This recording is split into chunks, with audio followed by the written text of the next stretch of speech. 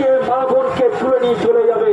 তাই সকল সনাতনী হিন্দুদের আমরা হিন্দু মানে হিন্দু হিন্দু ভাই ভাই বলতে চাই। সে যে দলই করতে পারে, সে তৃণমূল কংগ্রেস করতে পারে, সে বিজেপি করতে পারে, সে সিপিএম করতে পারে, সে যে কোনো দল করতে পারে।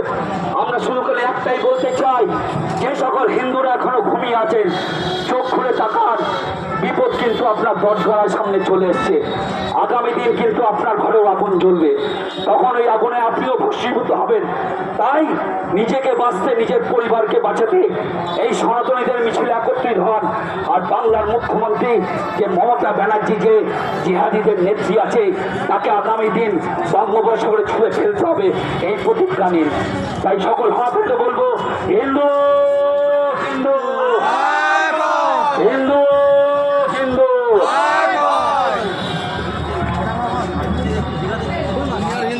দীঘাতে মন্দির